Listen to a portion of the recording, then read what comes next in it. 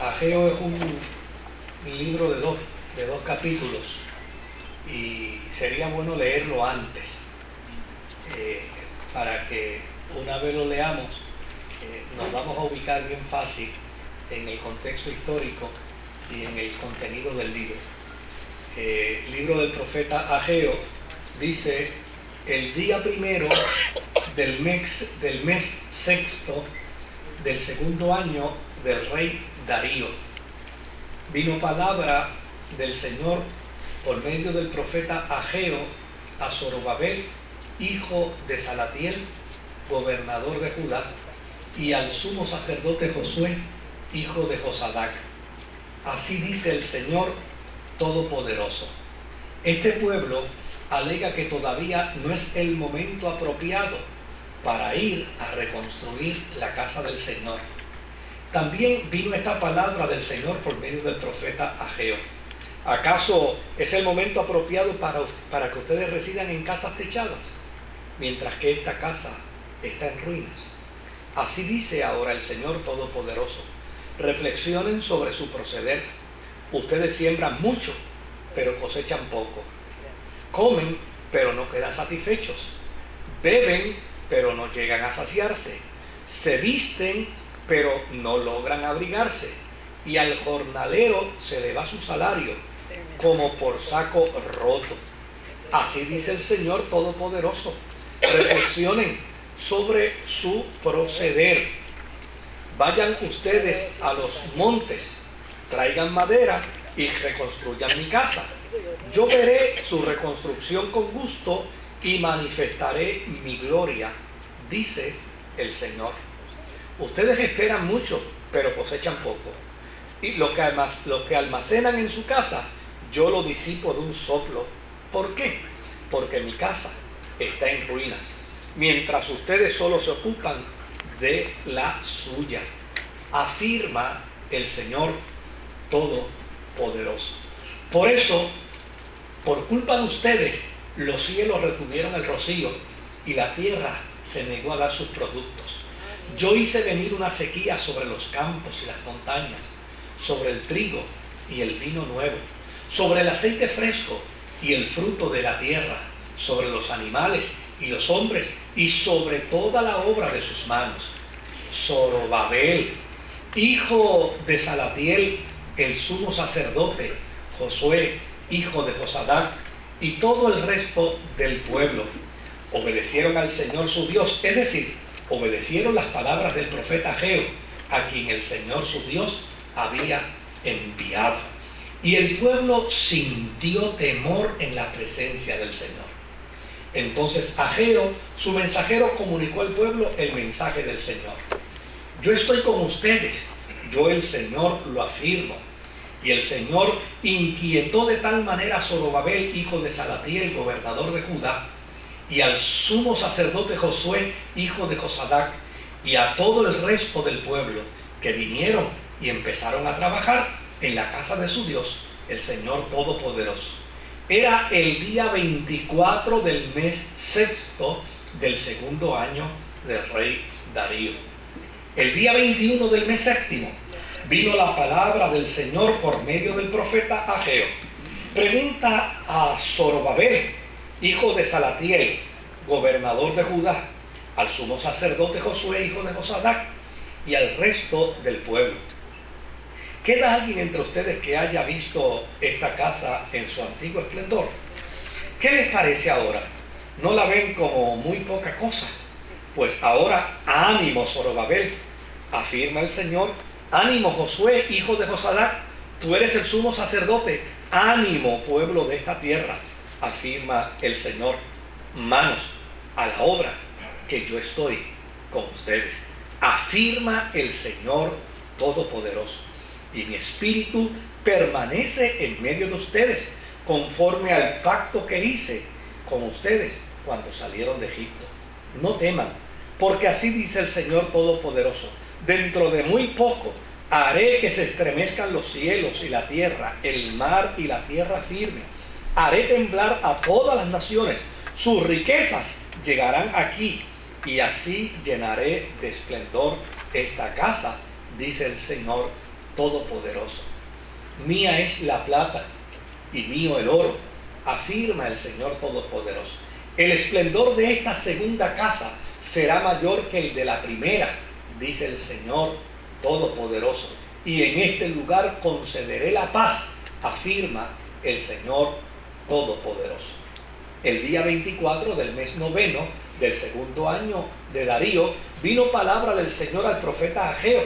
Así dice el Señor Todopoderoso: consulta a los sacerdotes sobre las cosas sagradas. Entonces Ageo les planteó lo siguiente: supongamos que alguien lleva carne consagrada en la falda de su vestido, y sucede que la falda toca pan, o guiso, o vino, o aceite, o cualquier otro alimento. ¿Quedarán también consagrados?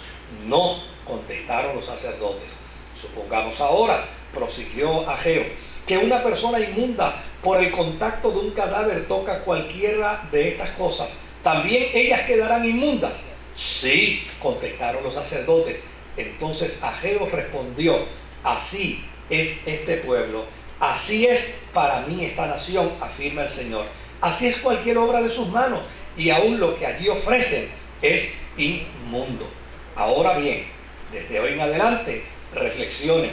Antes de que ustedes pusieran piedra sobre piedra en la casa del Señor, ¿cómo les iba? Cuando alguien se acercaba a un montón de grano esperando encontrar 20 medidas, solo hallaba 10. Y si se iba al lagar esperando sacar 50 medidas de la arteza del mosto, solo sacaba 20. Herí sus campos con quemazón y con plaga y con granizo toda obra de sus manos, pero ustedes no se volvieron a mí, afirma el Señor Todopoderoso. Reflexionen desde hoy en adelante, desde el día 24 del mes noveno, día en que se colocaron los cimientos de la casa del Señor. Reflexionen que todavía queda todavía alguna semilla en el granero. Todavía no producen nada la vid ni la higuera, ni el granado ni el olivo, pues a partir de hoy yo los bendeciré.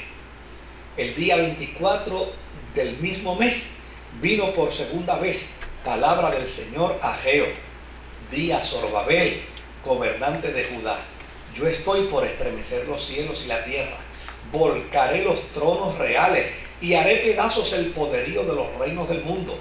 Volcaré los carros con sus conductores y caerán caballos y jinetes, y estos se matarán a espadas unos a otros.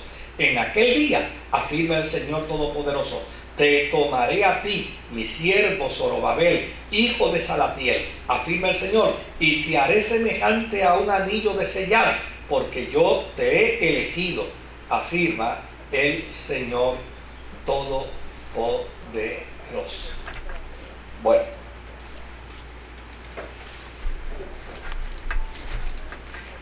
el libro del profeta Ageo es el primer libro que se escribe después del exilio babilónico.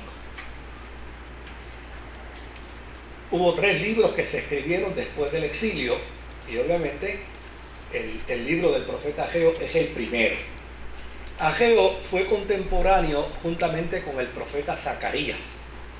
Y por el otro lado, pues obviamente de Ageo como profeta se conoce muy poco. Por lo que él plantea en el capítulo 2 y en el versículo 3, donde dice: ¿queda alguien entre ustedes que haya visto esta casa en su antiguo esplendor? ¿Qué les parece ahora? ¿No la ven como muy poca cosa? Por ese texto se pudiera llegar a pensar que Ageo vio el templo antes de ser destruido. Porque si usted ve, él hace una pregunta como que dice: ¿hay alguien que haya visto el templo antes de ser destruido, lo vieron con su esplendor, lo vieron con su gloria? Y claro, al renglón seguido le pregunta: ¿qué les parece ahora? Es como si él hubiera sido testigo de esa comparación y de ese contraste, ¿no? De ver el templo derribado y por el otro lado de ver el templo cuando estaba en todo su esplendor. Claro, El templo fue destruido en el año 586 antes de Cristo. 586 antes de Cristo. Si esto fue así, es decir, si partimos de la premisa que Ageo vio el templo en su esplendor antes de ser destruido y ahora está motivando a Israel para que reconstruya el templo destruido, se pudiera pensar entonces que cuando Ageo vino a ser profeta, ya era una persona de más de 70 años. De ser así, ¿verdad? De ser así. Porque Ciro, el rey Ciro, firmó el edicto que permitía a los judíos regresar de nuevo a Jerusalén en el año 538 al 537 antes de Cristo. De hecho, una vez se firma el edicto, ya prácticamente para el 537 al 536 salió el primer grupo de judíos hacia Jerusalén. De hecho, Esdras da el número de ese grupo, de ese primer grupo que salió, que fueron 42.360 judíos. Desde luego, a la conclusión que se puede llegar es que dentro de esos 42.360, uno de los que salió fue el profeta Ageo. Esa es la historia que nos presenta Esdras, ¿verdad? Dentro de sus documentos. Claro, cuando este grupo de 42.360 llegó a Jerusalén, prácticamente casi de inmediato ellos comenzaron la reconstrucción. Pero en el proceso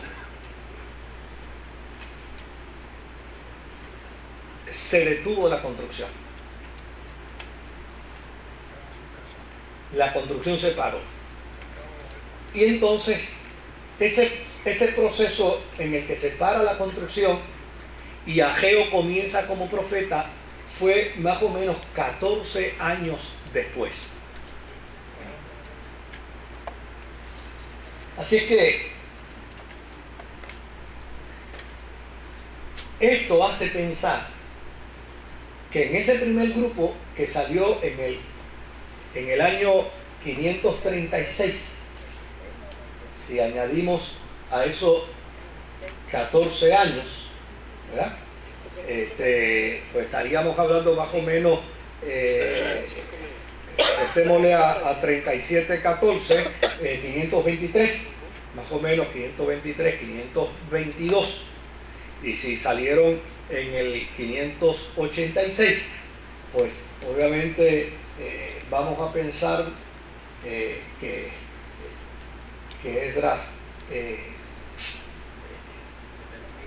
tendría algunos 60 y pico, 70 años más o menos de edad cuando adviene a la experiencia de profeta de Israel. Ahora, juntamente con Ageo está Zacarías también, que ambos son contemporáneos. Y desde luego Zacarías entró en unos aspectos más amplios dentro del marco profético. Ageo se circunscribió a un proceso más bien de procurar motivar al pueblo, de motivar al gobernador, que era Zorobabel, de Jerusalén, y motivar al sacerdote, que era Josué, hijo de Josadac. Este Josué no tiene que ver nada con el que andaba con Moisés. Estamos hablando de un Josué totalmente distinto y diferente. Pero este Josué era entonces el sacerdote. Ahora, es importante también que sepamos que todo este proceso aconteció dentro del reinado de Darío I, ¿verdad? Ahora, la reconstrucción del templo fue finalizada, según se plantea aquí, en el 6º año del reinado de Darío.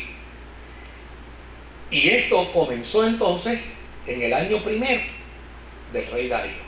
Lo que quiere decir es que reconstruir el templo más o menos tomó aproximadamente unos 5 años. Ahora, si miramos una reconstrucción de un edificio en 5 años en aquel tiempo, con toda honradez, lo que hicieron fue una porquería. De hecho, no se asemeja al primero. Es una porquería. Aquello fue un empate. De hecho, hay un momento en que Ageo, el nombre de Ageo, ¿alguien sabe qué significa? El nombre de Ageo. Hombre alegre. Hombre alegre, hombre de fiesta. Eso es lo que significa el nombre Ageo. Da la impresión que Ageo era un individuo de un sentido del humor extraordinario. Un hombre que se reía de los errores y se reía de las circunstancias y le buscaba siempre el lado jocoso de las cosas. Y de hecho llegó un momento en que Ageo invita al pueblo y dice, contemplen esto que ustedes han hecho. ¿Verdad que les parece un edificio feo? O sea, él mismo se ríe de las circunstancias y dice, la verdad que esto, lo que se ha hecho aquí es una porquería. Claro, si aquí hay hoy personas que trabajan en el área de la construcción, la ingeniería, la arquitectura, sabrán que muchas veces es mejor destruir un edificio que reconstruirlo. De hecho, ayer yo estaba hablando con el pastor Rosario, estábamos hablando de la construcción del templo nuevo, y entonces estábamos ahí sentados filosofando, y de repente él me dice, ¿y qué tú consideras de este edificio?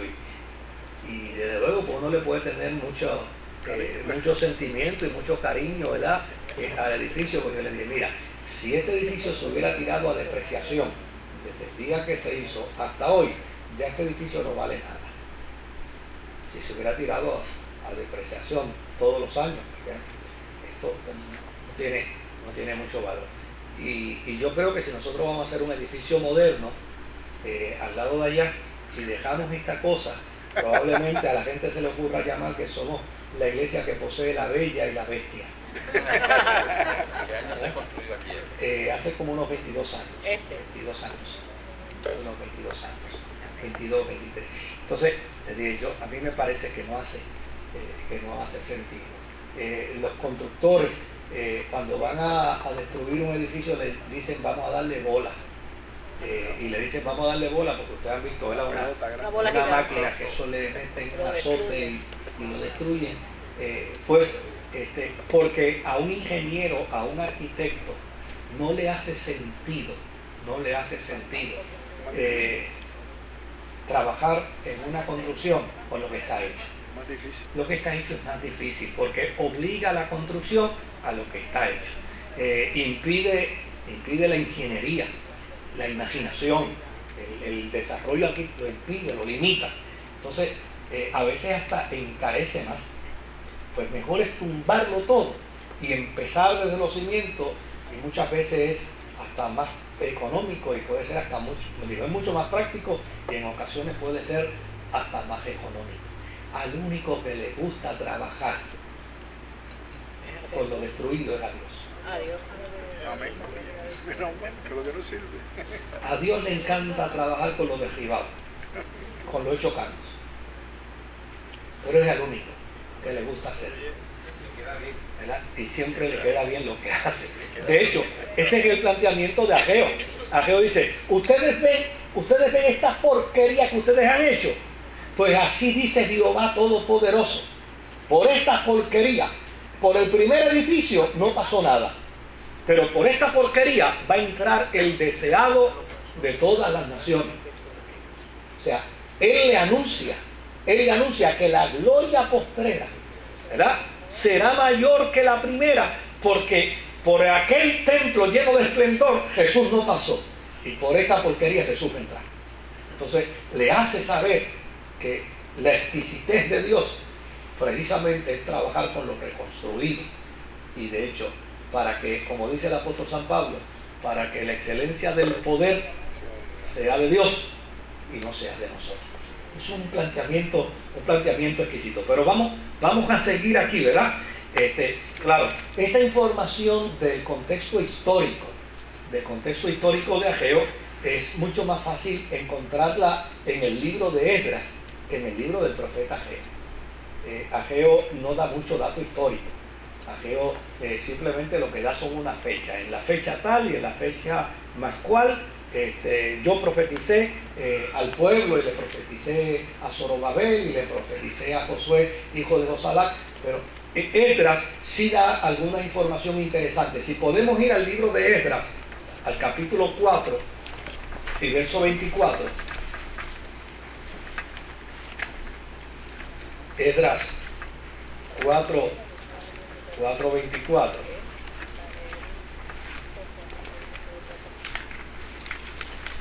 Ya tú lo tienes ahí. Ok. Vamos a leerlo de ahí. De este modo, el trabajo de reconstrucción del templo de Dios en Jerusalén quedó suspendido hasta el año segundo del reinado de Darío, rey de Persia. Ustedes se dan cuenta, o sea, que hubo un momento en que la construcción del templo, o la reconstrucción, se detuvo, ¿verdad?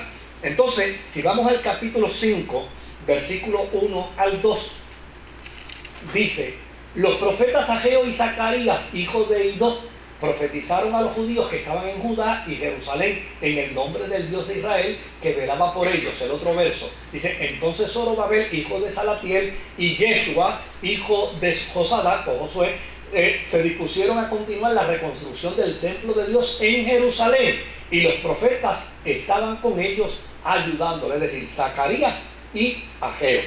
¿Ve? O sea, que esa información la sacamos más de Esdras. Si vamos al capítulo 6, verso 14 y verso 15, vamos a encontrar también que dice: así los dirigentes judíos pudieron continuar y terminar la obra de la reconstrucción, conforme a la palabra de los profetas Ageo y Zacarías, hijos de Idó.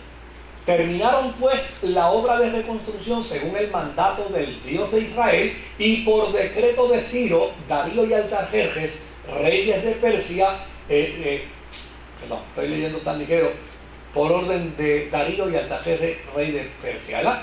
La reconstrucción del templo se terminó el día 3 del mes de Adar, en el año sexto del reinado de Darío. O sea, que esta información no la sacamos del libro de Ageo, porque ya necesariamente pues Ageo no lo ofrece. Quien lo ofrece es propiamente Esdras. Ahora, Darío reinó en el año 522 hasta el año 486 antes de Cristo. Por lo tanto, el segundo año de su reinado lo podemos ubicar en el 521 al 520 antes de Cristo. ¿Por qué es importante estos datos? Pues es importante estos datos porque la historia bíblica concurre entonces con la historia secular. Pues la historia secular dice que Darío era el rey para el mismo tiempo que la historia bíblica que narra la reconstrucción de Israel dice que Darío era el rey de Persia. Por lo tanto, el elemento de credibilidad desde el punto de vista histórico se robustece, se fortalece, porque si hubiera una contradicción, si por un lado dijera Darío era el rey y la historia dijera no, Darío reinó 100 años antes, con ese pretexto aquí hubo un error. Pero dentro del contexto, dentro del contenido histórico secular e histórico bíblico hay una similitud de datos y de información. Ahora, en el transcurso de ese año y durante 5 meses tuvo lugar el ministerio inspirado de Ageo. Y cuando leemos el versículo 14, me parece que ya lo leímos, podemos deducir que el ministerio oral, de profetismo oral de Ageo, prosiguió al menos hasta la inauguración del templo, que quedó restaurado más o menos para el año 516 antes de Cristo. Es decir, que si el segundo término del reinado de Darío fue en el 520 o el 521 a.C. y duró 5 años, pues más o menos para el 516 ya el templo había quedado restaurado. Si hubiera sido 5 años hoy, pues uno dice, eso debió haber quedado bonito, pero 5 años en aquel tiempo, pues una reconstrucción no pudo haber quedado muy bien. Ahora, ¿por qué Ageo es un profeta importante? ¿Por qué Ageo es un profeta que tiene pertinencia? Pues cuando leímos los 2 capítulos de Ageo, descubrimos que los judíos habían comenzado a construir, cuando ellos llegaron a Jerusalén y vieron derribada la ciudad, y vieron derribados los muros, y vieron derribado el templo, pues inmediatamente decidieron estratégicamente, bueno, ¿cómo es que vamos a empezar a implementar aquí el trabajo? Vamos a empezar por el templo. Ahora, ¿por qué vamos a empezar por el templo? ¿Alguien sabe? ¿Por qué vamos a empezar por el templo? Porque el templo es sinónimo de presencia de Dios. Y desde luego, si queremos terminar la reconstrucción, Dios tiene que estar con nosotros. Porque el templo es sinónimo de su presencia. Ahora, fíjese qué interesante. Una vez empezar, vamos a ver el capítulo 4 de Esdras y el verso 24. Esdras, en el capítulo 4 y en el verso 24 dice, de este modo, el trabajo de reconstrucción del templo de Dios quedó suspendido hasta el año 2 del reinado de Darío, rey de Persia. ¿Qué es de este modo? ¿Qué quiere decir de este modo? Pues de este modo lo que quiere decir es que cuando Israel comenzó a reconstruir el templo, se levantaron enemigos y se levantaron opositores. Y claro está, pues el desánimo vino a la vida de los judíos. Y como resultado del desánimo, por consecuencia de la oposición, por consecuencia de la gente que estaba impidiendo, los judíos dijeron, mira, vamos a parar la reconstrucción y vamos a dejar esto aquí. Y vámonos a nuestra casa y vamos a bregar con lo nuestro, porque con esto no hay quien pueda. Esta gente molestando, estorbando, haciéndonos la vida imposible, con esto no hay quien pueda. Pero precisamente en esa misma línea de pensamiento suyo, ahí fue que comenzaron a coger las maderas para hacer sus casas y hacer... Ahí vamos, ahí es que vamos, precisamente.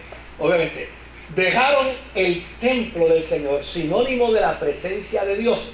Y entonces cuando llegaron a sus casas, empezaron a decir, bueno, pues ya que estamos aquí, pues vamos a remodelar, ¿qué cosa? Mi casa. Vamos a remodelar las casas nuestras. Ya que no vamos a remodelar el templo, y no vamos a reconstruir, pues entonces vamos a bregar con lo nuestro. Ahora, fíjese, yo he dicho en infinidad de ocasiones que lo peor que puede hacer un ser humano es establecer en su vida unas pautas, unas reglas, unas leyes y después él mismo violarlas. Eso es lo peor. Eso es lo peor que puede hacer un ser humano. O sea, si un ser humano que establezca unas reglas a conciencia y después las viole, lo que desarrolla dentro de su propia realidad existencial es una dicotomía. O sea, de hecho, me van a perdonar los especialistas de la conducta humana que están aquí, ¿verdad? Pero casi pudiera pensarse que es una persona enferma mentalmente, porque por un lado establece una regla y por el otro lado las violenta. Es como si algo no estuviera ¿qué? No hiciera sincronía dentro de su psiquis. Y es precisamente el gran problema y el gran deterioro social al que está entrando Israel. Israel está entrando precisamente en contradicción de su propia fe, en contradicción de su propia visión, en contradicción de su propio compromiso con Dios. Nosotros decimos, Israel, que la casa de Dios es importante porque si la casa de Dios está hecha, Dios está presente. Pues ahora resulta que en eso es que creemos. En eso es que creemos. Pero vamos a dejarle a Dios la casa a mitad. Y vamos a trabajar para nosotros. Con una excusa. Es que no podemos trabajar porque hay una gente que nos los impide. Y eso en nuestros tiempos no se aplicaría.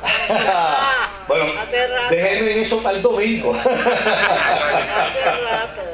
Pero fíjese qué dato interesante. Fíjese qué planteamiento interesante. Entonces, ¿qué sucede?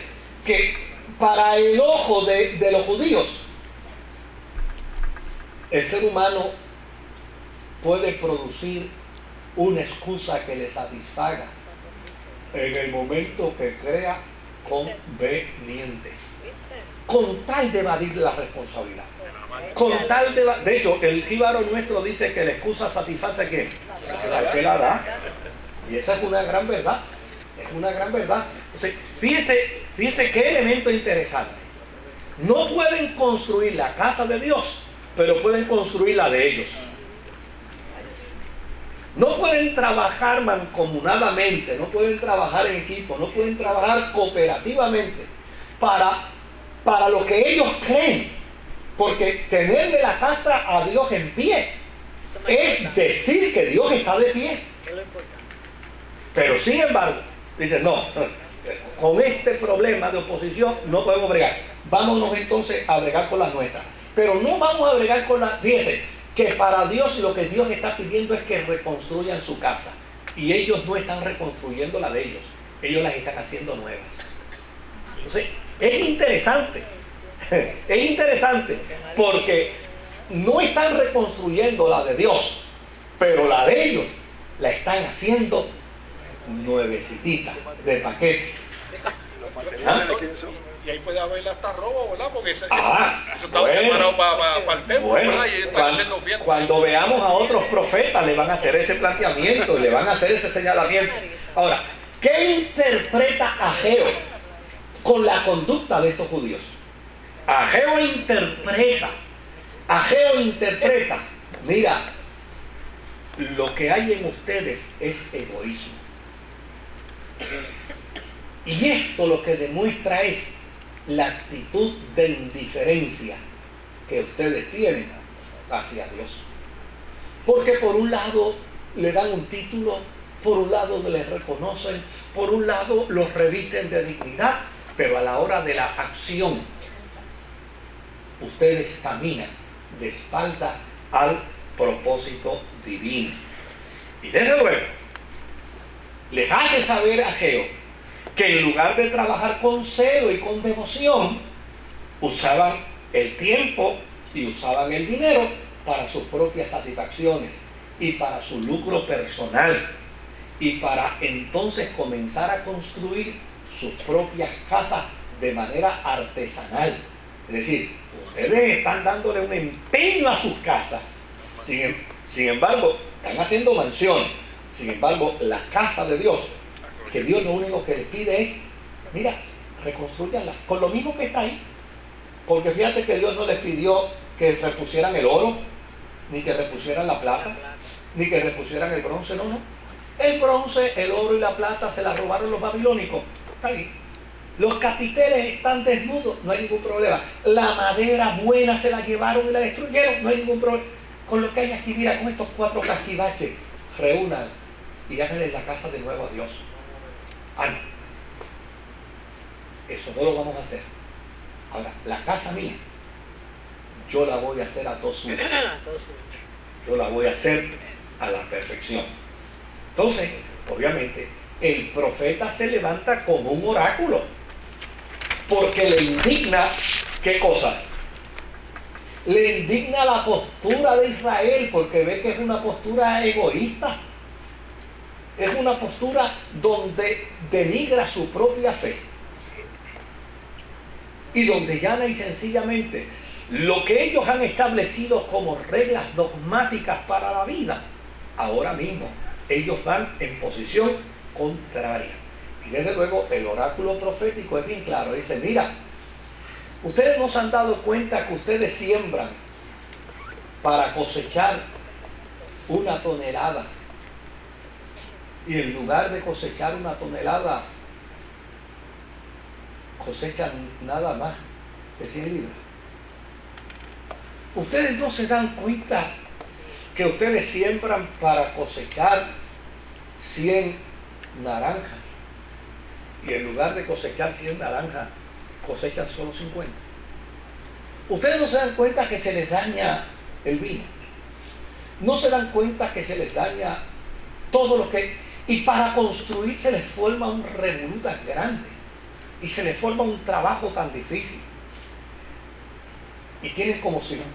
Y ustedes viven como si tuvieran el bolsillo roto, que no pueden capitalizar, que no pueden ponerse las cosas en orden. De hecho, si miramos el capítulo 1, el versículo 6, capítulo 1, versículo 6, no de Esdras, sino de Ageo, perdón, de Ageo 1.6, Ageo 1.6, dice, ustedes siembran mucho, pero cosechan ¿qué? Cosechan poco. Comen, pero no quedan satisfechos. Beben, pero no llegan a saciarse. Se visten, pero no logran ¿qué? No logran abrigarse. Y al jornalero se le va su salario como por saco ¿qué? Por saco roto. Es decir, ustedes no pueden capitalizar. Y en el verso 10, mira lo que les dice en el verso 10. Dice, por eso, por culpa de ustedes, los cielos retuvieron el rocío y la tierra se negó a dar ¿qué? A dar sus productos o a dar sus frutos. Y en el verso 11, mira lo que le dice, yo hice venir una sequía sobre los campos y las montañas, sobre el trigo y sobre el vino nuevo, sobre el aceite fresco y sobre el fruto de la tierra, sobre los animales y sobre los hombres y sobre toda obra de sus manos. Ahora vamos al capítulo 2 y vamos al versículo 16 y al versículo 17. Dice, ¿cómo les iba? Cuando alguien se acercaba a un montón de grano esperando encontrar 20 medidas, solo hallaba ¿qué? 10. Solo hallaba 10. Y si se iba al lagar esperando sacar 50 medidas de la arteza del mosto, solo sacaba ¿qué? 20. Yo herí los campos con quemazón y con plaga, con granizo toda obra de sus manos, pero ustedes no se volvieron a mí, afirma el Señor. Fíjese lo que el profeta le está diciendo en el oráculo. Le está diciendo, mira, yo les mandé mensaje a través de la naturaleza. Les mandé mensaje que cuando se actúa con mezquindad para conmigo,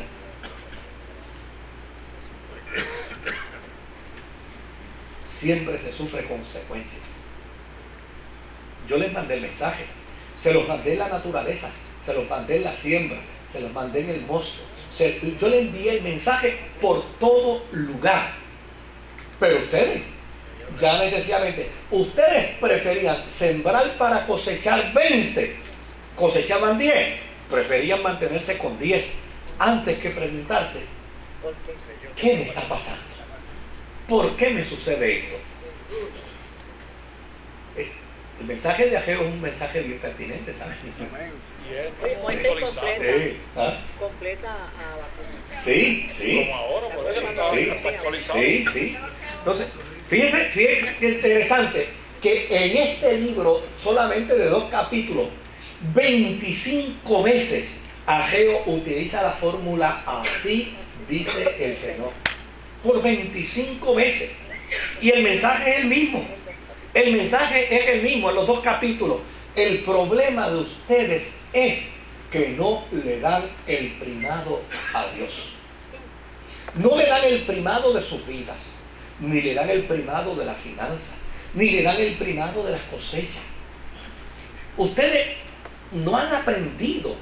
Y fíjate que a Ageo le dice, el juicio que les envié, no se los envié por maldad, se los envié a ver si ustedes reflexionaban. Oye, ¿qué pasa que Dios no me bendice? Pero ustedes ni siquiera eso. Ustedes no se hicieron ni siquiera la pregunta.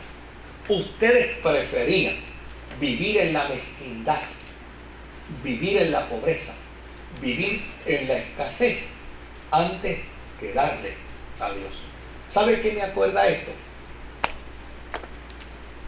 Esto me acuerda una anécdota que yo leí hace muchos años de un hombre que le dijo a su pastor: pastor, me están ofreciendo un trabajo donde me van a pagar $5 semanales. Ore a Dios para que me lo den, porque si me dan ese trabajo, yo podré diezmar mejor. Era en ese tiempo, ¿no? Imagínense si la anécdota es viejísima. Y en efecto le dieron el trabajo. Y empezó a diezmar 50 centavos. Más tarde le dieron un ascenso y le duplicaron el salario. Y entonces, pues le dijo al pastor: pastor, me duplicaron el salario. Y ahora no voy a dar 50 centavos, ahora voy a dar $1. Y más adelante lo nombraron parte del staff ejecutivo. Y ahora le habían triplicado el salario. Ahora no eran 10, ahora eran 30. Y entonces volvió de nuevo donde su pastor y le dijo: fíjense, pastor, qué cosa extraordinaria. Ahora mi salario es de $30 mensuales y yo voy a dar mis $3 de diezmo. Fíjense, el tiempo siguió hasta que finalmente este hombre se convirtió en el presidente de la empresa. Ya no se ganaba $30, ni se ganaba 50, ni se ganaba 100, ni se ganaba 200. Ahora ganaba mucho dinero, pero era un hombre honesto. Y fue donde su pastor y le dijo: mire, pastor, tengo un problema. Y es que ahora yo estoy considerando que yo no debo dar todo ese dinero de diezmo. Porque es mucho dinero. Y verdad, yo aquella vez hice ese pacto con usted en el altar y a mí me gustaría de alguna manera romperlo. Sí, porque usted sabe, no es lo mismo dar 50 chavos, $1, $3, que ahora dar cientos de dólares mensuales. No es lo mismo. Entonces le digo: a mí me gustaría ver de qué forma podemos, ¿verdad?, cambiar esto. Y el pastor le dijo: no hay ningún problema, venga conmigo al altar. Y le puso la mano sobre el hombro al hombre y oró a Dios. Y mire la oración que hizo: Señor, este hombre tú lo has bendecido en demasía y él no sabe dar buenas cuentas de su mayordomía y no sabe ser agradecido con tu bendición. Yo te pido que para que él siga siendo agradecido, ponlo a ganar de nuevo $5 mensuales. Me habrá gustado esa oración. Oye, si no puedes ser fiel, entonces en lo mucho, pues es mejor que te quedes dentro de lo poco.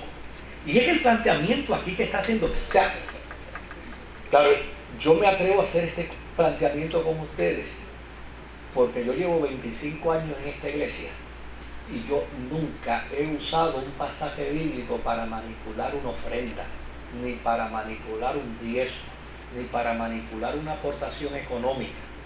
Y yo he preferido toda mi vida asumir la postura que asumo, porque ya sencillamente para mí el ser humano es más importante que lo que puede aportar. Ahora, si alguna verdad hay en las Sagradas Escrituras, es la donde Dios dice: tú pruébame en esto, pruébame en esto, y yo te enviaré bendición hasta que sobreabunde. O sea, tú pruébame. Es Dios el que está invitando a que lo pruebes. Tú séme fiel y yo te voy a bendecir. Entonces, desde ese punto de vista, pues obviamente yo jamás me verán ofreciendo villas y castillas. De hecho, no hace mucho me invitaron a un país de esto de Centroamérica para que participara en una maratónica. Y cuando me llamaron por teléfono: mire, reverendo, lo estamos llamando porque queremos invitarlo, le vamos a pagar el pasaje, le vamos a pagar la estadía, para que usted esté con nosotros una semana en una maratónica que vamos a hacer. Y yo le dije: pero ¿usted está segura a quién usted está llamando? Y me dijo: el pastor Moisés Román. Y le dije: sí, pero esto tiene que ser una broma. Alguien, el que le dio este número de teléfono, tiene que estar haciéndole una broma a ustedes, y me la está haciendo a mí. Porque yo he visto lo que ustedes hacen en Maratónica y eso yo lo llamo manipulación y yo no estoy de acuerdo con eso. Yo no estoy de acuerdo con eso. Por eso yo creo que esto es una broma que le están haciendo a ustedes y a mí. Porque quien les dijo que me llamara, le está haciendo una broma. Porque si yo voy allí, tengan por seguro que ustedes van a perder su maratón. Porque yo no le ofrezco sanidad divina a nadie porque dé. Ni le ofrezco bendición para su hogar porque dé. Yo no le ofrezco a nadie nada de eso. Mire, si usted da para la obra de Dios, yo le puedo decir que Dios lo va a bendecir. Y si usted no da para la obra de Dios, usted se lo pierde.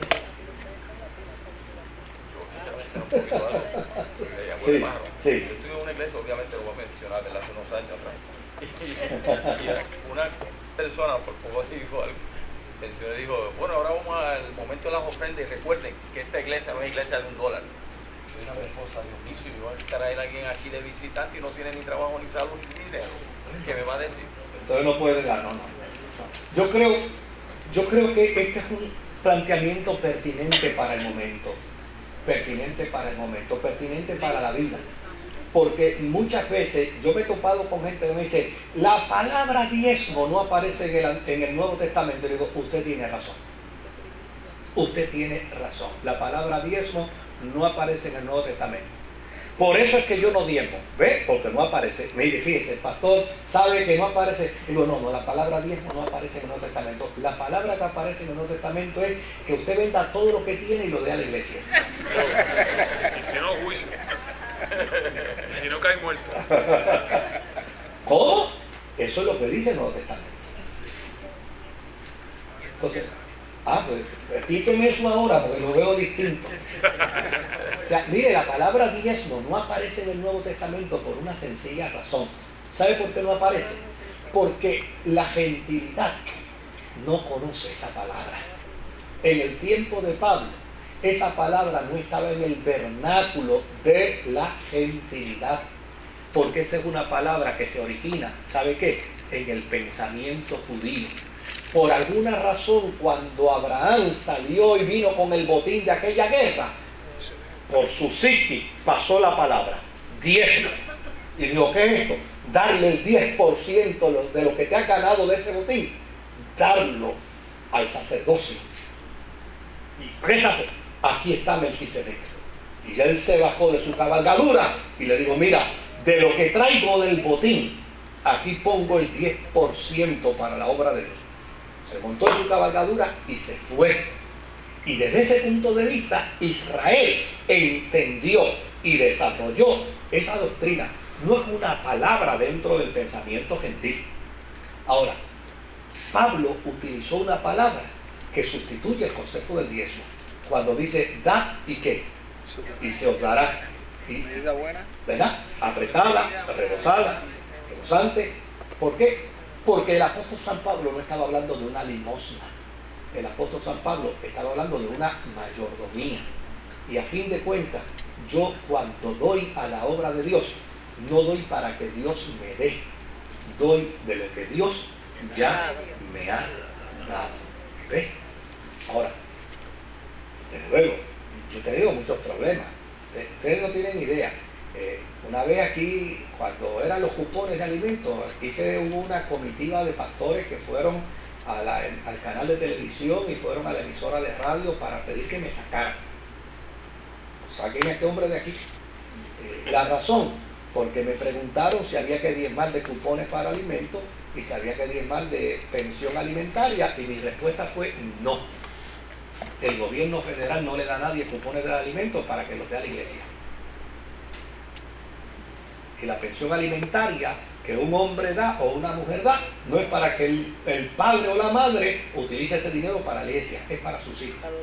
Y la iglesia debe tener la suficiente integridad para decirle que a una persona no, si lo que tú recibes son cupones de alimentos, no tienes que diezmar de él. Eso no tienes que hacerlo. Y si usted lo que recibe es la pensión alimentaria, tampoco tiene que hacerlo. Ahora, desde el punto de vista de la fe, dar a la obra de Dios es un privilegio. ¿Sabe lo que dice la Biblia? Que Dios bendice. ¿Se da cuenta por qué la actualidad de este pasaje bíblico? Ahora, fíjese, Lo primero que hace Ageo es reprochar a los judíos por su indiferencia. Luego llama a un despertar, a un avivamiento de esa tibieza espiritual. Ageo es el proponente no de una palabra condenatoria, no de una palabra de juicio. Fíjense que lo que le dice es, mira, la razón por la que ustedes no han sido bendecidos es porque Dios le está queriendo decir, mira, deja la obra y van a ser bendecidos. No es que Dios le está castigando, no, es para aprendan la lección que cuando se da, más hay. Entonces, lo tercero que le hace es un llamado a Zorobabel, que es el gobernador, y un llamado a Josué, que es el sumo sacerdote, para decirle, mira, ustedes, vamos, anímense y vamos a empezar a trabajar por el bien de la casa del Señor. Por el otro lado, ya en el capítulo 2, él empieza a alentar al pueblo para que colabore y trabaje en el proyecto. Y desde luego, los reenfoca. Porque hay una pregunta, ¿y por qué tanta prisa? ¿Y por qué hay que trabajar? ¿Y por qué? Y le dice, pero ustedes no se dan cuenta que si nosotros no hacemos esto, el Mesías no viene. Y es necesario que esto esté listo para que el Mesías ¿qué? Pueda venir. Fíjese que yo comencé diciéndole que una construcción de 5 años en aquel tiempo es una porquería. Porque a fin de cuentas Dios no quería un mausoleo ni un palacio. Lo que Dios quería era que Israel tuviera conciencia de que había levantado ¿qué? El templo. Porque si el templo es testimonio de la presencia de Dios, entonces un templo derribado hablaba de un Dios ¿qué? Derribado. Por lo tanto, un templo erigido, levantado, en pie, hablaba de un Dios en pie. Dice, tienen que darse prisa porque como resultado de ello el Mesías aparecerá. Desde luego, aquí hay un planteamiento que es bien interesante. Es el planteamiento donde le dice, porque la pregunta es, ¿y de dónde vienen los chavos? ¿Y cómo aparecerá? ¿Verdad? Y la respuesta del profeta es, mira, Dios va a conmover los cielos y la tierra. Y Dios va a hacer el milagro que tenga que hacer. Lo va a hacer. El milagro que Él tenga que hacer, Dios lo va a hacer para que el propósito se cumpla. Lo único que se necesita es empezar. Nada se acaba si no se empieza. Entonces, claro, uno no puede usar la palabra magia en términos de fe, pero puede usar el término milagros. Mire, cuando las iglesias entran en proyectos, obviamente en aquellos proyectos que realmente son necesarios, Dios empieza a producir milagros que son increíbles. Uno dice, Dios mío, pero ¿cómo se dio esto? ¿Cómo se dio esto otro? Hace un par de meses atrás me estaba hablando unos miembros de la iglesia, de una iglesia de discípulos de Cristo en Bayamón, que acaban de inaugurar su templo. Me dice, nosotros después que terminamos el templo fuimos a pedirle ahora a ARPE, a la Autoridad de Energía Eléctrica, que nos hiciera la instalación. Y la Autoridad de Energía Eléctrica entró en unos procesos de disputa y dijo que teníamos que hacer una subestación. Y además de hacer la subestación nos exigieron una planta eléctrica trifásica. Y cuando nosotros sumamos y restamos, todo ese proyecto nos salía en $300,000. ¿De dónde si ya no teníamos? Nos fuimos al parking del proyecto, oramos. Y mientras que estábamos orando, se para un hombre en un vehículo, se estaciona y viene para acá, empieza a conversar con nosotros y después que termina la conversación dice, yo soy fulano de tal, yo me dedico precisamente a importar plantas eléctricas en Puerto Rico. Yo les voy a donar la trifásica y les voy a donar la planta eléctrica. Y ese hombre me llamó y me dice, mira, nosotros todavía no hemos salido del shock. Porque eso es lo que sucede cuando la iglesia empieza a entender, mira, la iglesia no puede intimidarse por ningún proyecto. Claro, eso no quiere decir que va a irse a lo loco, ¿verdad? La iglesia tiene que, Jesús mismo enseñó y dijo, nadie que vaya a construir puede ponerse a construir a lo loco. Primero tiene que sentarse a evaluar si tiene el presupuesto para hacerlo. Pero lo que es interesante dentro de los procesos espirituales es que Dios es un Dios de provisión y Dios es un Dios de milagros, y nosotros los cristianos necesitamos aprender a descansar en eso, de que nuestro socorro ni proviene de la Casa Blanca, ni proviene del Congreso de los Estados Unidos, ni proviene de la fortaleza, ni proviene del Capitolio. Nuestro socorro viene de Jehová, que hizo los cielos y la tierra. Y ese es básicamente el mensaje que Ageo empieza a comunicarle. Dice, mire, no tengan temor ni preocupación. Dios va a conmover los cielos y la tierra, porque Él dice, mío es el oro y mío es ¿qué? Es la plata. Cuando un hombre y una mujer en Dios empieza un proyecto que sea digno, que sea un proyecto agradable, que sea un proyecto que honra a Dios, que es un proyecto como resultado de una necesidad, no de una vanagloria, no de una soberbia, no de una arrogancia. Oiga, cuando un hombre de Dios empieza un proyecto dentro del contenido, dentro del propósito de Dios, Dios empieza a abrir puertas y a hacer cosas extraordinarias en favor de eso. Así que ese es el mensaje que comienza a darle Ageo al pueblo de Israel. Desde luego, ¿qué plantea dentro del proceso? ¿Qué es lo que plantea finalmente dentro del proceso? Pues mire, les hace saber.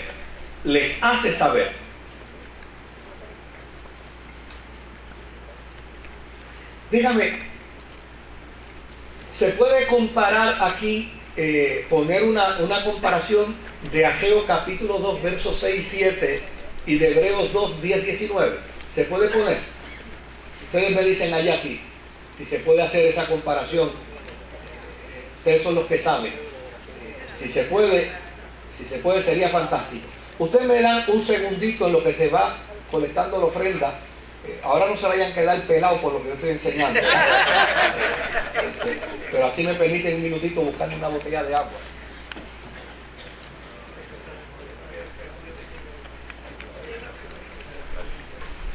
Ok. No se pueden poner los dos a la misma, ¿verdad? No, ok. Vamos a ver Ageo. Vamos a ver primero Ageo 2, 6 y 7. Y lo recordamos, ¿verdad? Dice, porque así dice el Señor Todopoderoso, dentro de muy poco haré que se estremezcan los cielos y la tierra, el mar y la tierra firme. Y el verso 7 dice, haré temblar a todas las naciones, sus riquezas llegarán aquí, y así llenaré de esplendor esta casa, dice el Señor que el Señor Todopoderoso. Vamos ahora a Hebreos capítulo 2, verso 10 al verso 19. Dice en Hebreos, en efecto, a fin de llevar a muchos hijos a la gloria, convenía que Dios, para quien y por medio de quien todo existe, perfeccionara mediante el sufrimiento al autor de la salvación de ellos.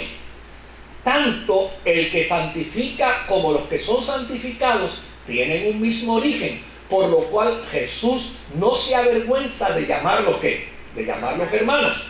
Cuando dice, proclamaré a tu nombre a mis hermanos, en medio de la congregación te alabaré. Verso 13. En otra parte dice, yo confiaré en él. Aquí estoy yo con los hermanos que Dios me ha dado. Verso 14. Dice, por tanto, ya que ellos son de carne y hueso, Él también compartió esa naturaleza humana para anular mediante la muerte al que tiene el dominio de la muerte, es decir, al diablo. Verso 15, ¿verdad? Dice, y librar a todos los que por temor a la muerte estaban sometidos a esclavitud durante toda la vida. Pues ciertamente no vino en auxilio de los ángeles, sino de los descendientes de Abraham. Por eso era preciso que en todo se asemejara a sus hermanos, para ser un sumo sacerdote fiel y misericordioso al servicio de Dios, a fin de expiar los pecados del pueblo. Por haber sufrido él mismo la tentación, puede socorrer a los que son tentados. Verso 19. Verso 18, perdón, sí. Verso 18. Por haber sufrido él mismo la tentación, puede sustentar o socorrer a los que son tentados. Fíjese que el autor de la carta a los hebreos, de lo que está hablando, es de un proceso de provisión divina. Un proceso de provisión divina que es en la que cree el profeta Ageo. Ambos están planteando lo mismo. En Jesucristo, el creyente, hombre y mujer, debe entender que hay un proceso, hay un procedimiento de provisión divina. Y que el cristiano, hombre y mujer, no debe intimidarse bajo ninguna circunstancia, porque Dios es Dios de provisión divina. Lo que es importante es que los cristianos aprendamos el sentido de la buena mayordomía. Y un sentido de buena mayordomía, ¿sabe qué permite inclusive? Que nadie le meta la mano al bolsillo, que nadie lo manipule. Cuando usted es un buen mayordomo, yo nunca me olvidaré de don Arturo. Don Arturo era un hombre bueno, comerciante, noble, le gustaba servir y ayudar a la gente. Y un día llegó un individuo y le dijo, don Arturo, Dios me dijo que hablara con usted para que me diera $500. Y don Arturo lo miró, y desde luego lo miró con compasión, porque era una persona en desesperación que estaba manipulando. Entonces don Arturo sacó $20 y le dijo, mira, en tanto y en cuanto él me lo dice, yo te voy a dar estos 20 adelante. Cuando él me lo diga, entonces acredítame estos 20, yo te doy los otros 480.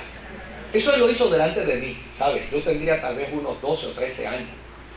Y yo vi en eso un acto de misericordia. Yo vi en eso un acto de compasión, pero también vi un acto de buena mayordomía. Oye, si los chavos son míos, ¿a quién es a quien Dios tiene que decirlo primero? A mí, yo soy el dueño de los chavos. Entonces, a mí me dio una impresión tan noble y tan buena. Era misericordioso, pero no tonto. Exactamente, misericordioso, pero no tonto. O sea, yo tengo un amigo mío que un día le dice a la esposa, mira, vamos a ir a una iglesia donde a veces cuando se emocionan mucho piden hasta que uno de las prendas. Búscate las prenditas de esa... Ponte lo más barato, mía, no voy a hacer que hoy cuando lleguemos allí se le antoje al pastor pedir hasta las pantallas y los collares, y yo no quiero que tú vayas a dar lo que a mí me ha costado chavo. Pues mire, eso es un proceso de buena mayordomía. Yo no veo eso como un acto malo, porque a fin de cuentas nadie tiene que meterle la mano al bolsillo suyo. Nadie. O sea, para juzgar que usted es bueno y que usted es un buen dador, nadie tiene que meterle la mano a usted a su bolsillo. Ahora, lo que sí usted debe saber es lo que enseña la Biblia, que Dios bendice al que da con alegría. Hace unas semanas atrás me llamó al programa de respuesta, me llamó una señora y me hizo una pregunta bien graciosa. Y yo se la contesté con la misma jocosidad con que ella la hizo. Ella preguntó lo siguiente. Ella dijo, pastor, yo espiritualmente me alimento, ese fue el término que utilizó, espiritualmente me alimento en una iglesia, pero yo doy mis aportaciones económicas a otras. ¿Usted cree que eso está bien?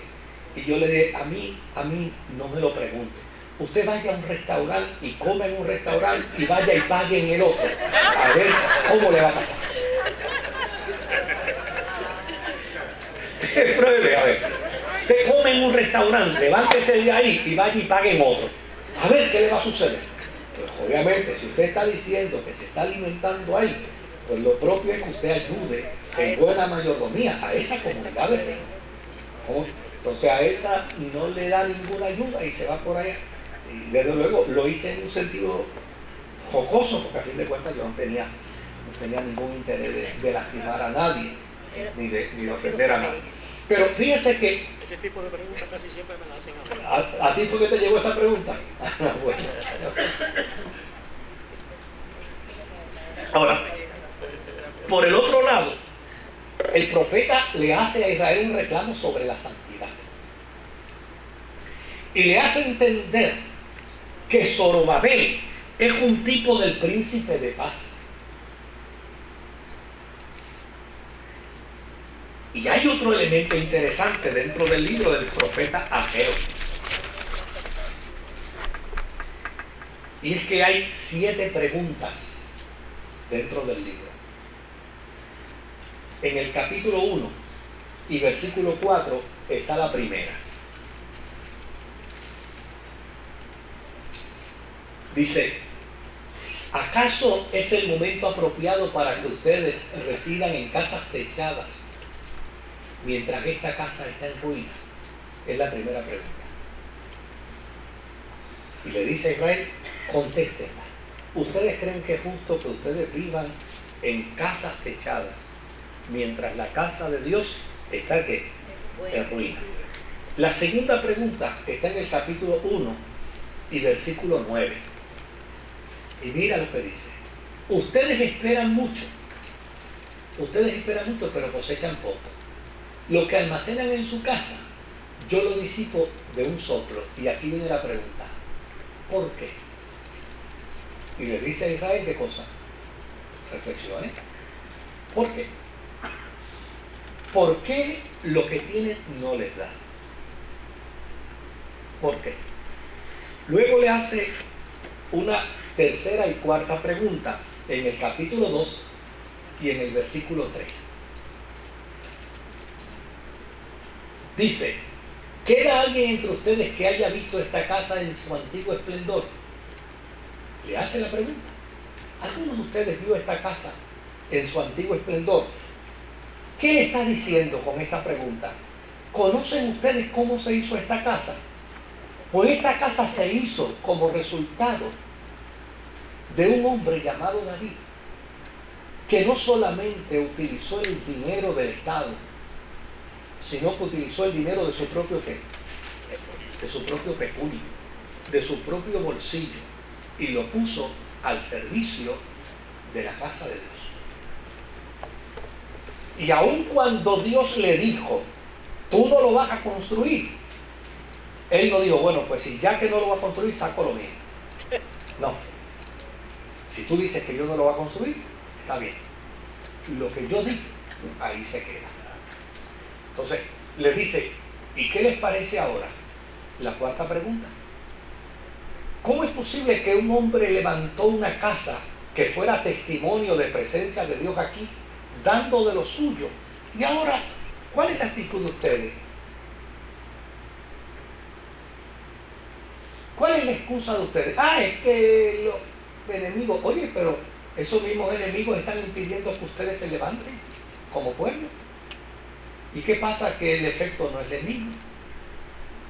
Porque cuando se quiere, se puede. Ahora le hace la quinta pregunta, capítulo 2 y verso 12. Son preguntas de reflexión.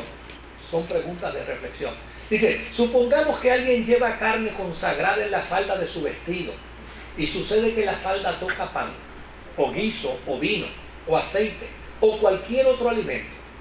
¿Quedarán también consagrados? Y la respuesta es: no, contestaron los sacerdotes. Pues reflexionen. Ustedes tienen la ofrenda de Dios en la mano y la están contaminando con todo lo que está en su entorno. No puede quedarse consagrado ni una cosa ni la otra. O sea, son 7 preguntas que ponen a reflexionar al pueblo. La sexta pregunta la vemos precisamente en el verso 13. Fíjese la sexta pregunta. Dice: supongamos ahora, prosiguió Ageo, por una que una persona inmunda por el contacto de un cadáver toca cualquiera de estas cosas. Dice, ¿también ellas quedarán inmundas? Y la respuesta de ellos, ¿cuál? Sí, pues reflexionen. Los invita a reflexionar. La séptima pregunta está en el versículo 19 del capítulo 2, donde le dice, ¿queda todavía alguna semilla en el granero?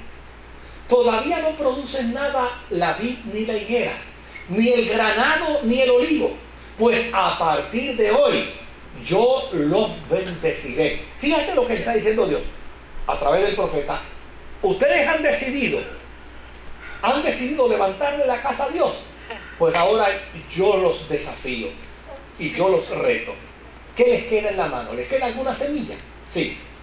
Pues ya ustedes verán que con lo poco que les queda en la mano, a partir de ahora, si ustedes cumplen mi pacto, yo los bendeciré.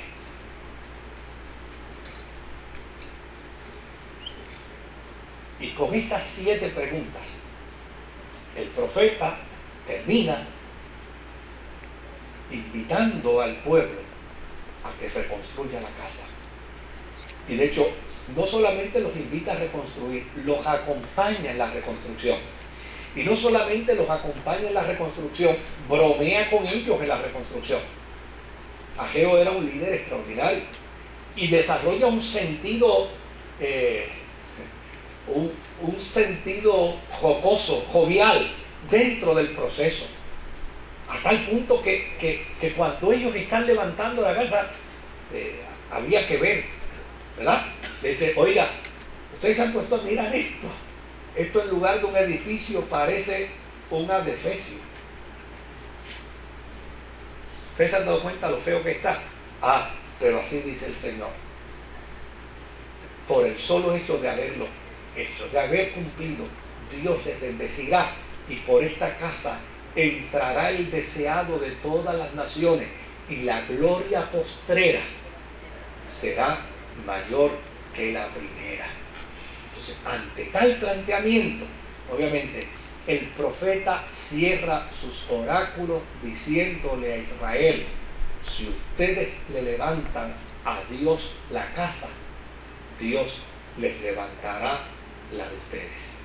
Es como si les hubiera dicho lo que una vez había una ancianita que partió con el Señor, que venía al círculo de oración, al culto de oración de nuestra iglesia, pero era de la iglesia metodista de Puerto Nuevo, y ella decía que en una ocasión le estaba planteando a Dios unas cosas, y ella dice que escuchó la voz del Señor que le dijo, ocúpate de mis cosas y yo me ocuparé de las tuyas.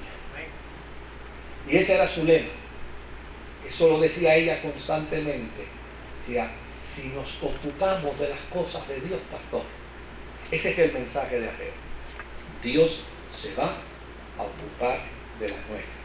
Eso no quiere decir, hermanos, eso no quiere decir que no hagamos uso de nuestros sentidos, que no hagamos uso de nuestra capacidad administrativa, que no hagamos uso de nuestra buena mayordomía, porque a fin de cuentas, Dios le ha puesto a usted como mayordomo de lo que posee y de lo que tiene. Ahora, dentro de esa mayordomía, nunca olvide que al que da con alegría, Dios le bendice. Mejor es dar que recibir. Claro que sí, claro que sí. ¿Alguna pregunta? ¿Algún comentario? Adelante. Esdras, cuando menciona esta casa puede terminar el tercer día del mes de Adar. ¿Qué quiere decir ese mes de Adar? Ese es un término hebreo y yo tendría que buscarlo con toda honradez. No sé a qué mes se refiere. Entre febrero y marzo es mes de Adar. Gracias. Aquí tenemos uno que conoce el almanaque hebreo. Entre febrero y marzo. Mira, te quitaron el puesto hoy, Lázaro. Yo estoy por Dávila, así que...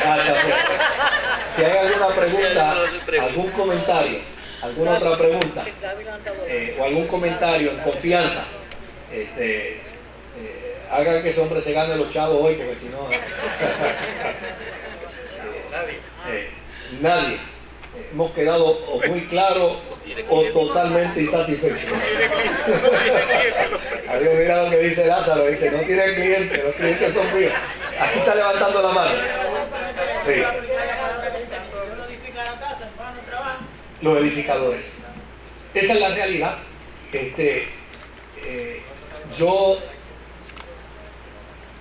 Yo aprendí unas cosas que mi padre me enseñó.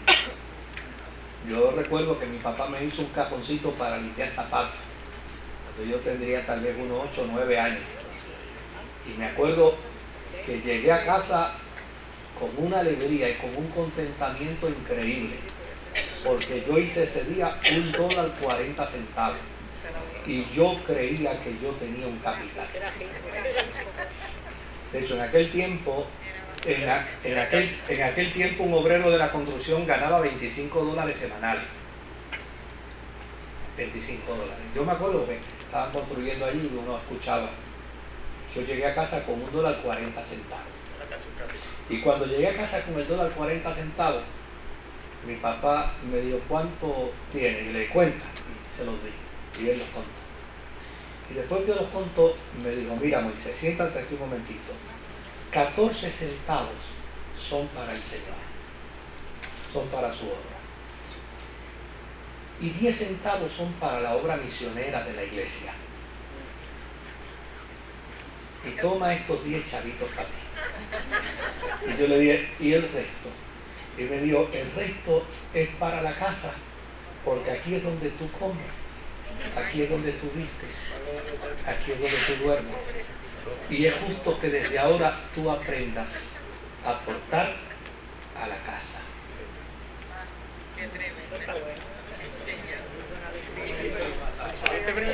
¿Ah? Yo me atribulé, ¿por qué no decir la verdad? Yo me atribulé de primera instancia, ¿no? Pero aprendí la lección.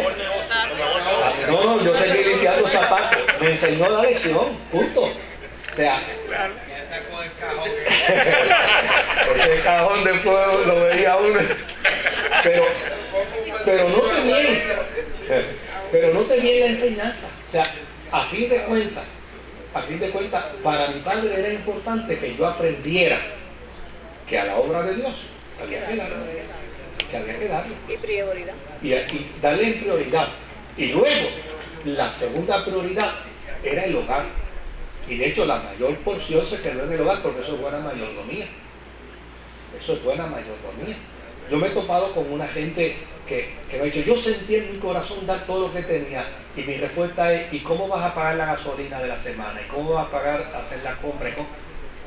Bueno, el Señor me va a proveer. Le digo, no, espérate un momentito. Si tú no sabes ser buen mayordomo de lo que tienes, ya Dios te lo dio para que aprendas a administrarlo bien. No vengas ahora con el cuento de que tú vas a prescindir de lo tuyo para que Dios te vuelva. No, Dios te lo dio para que sepas administrarlo bien.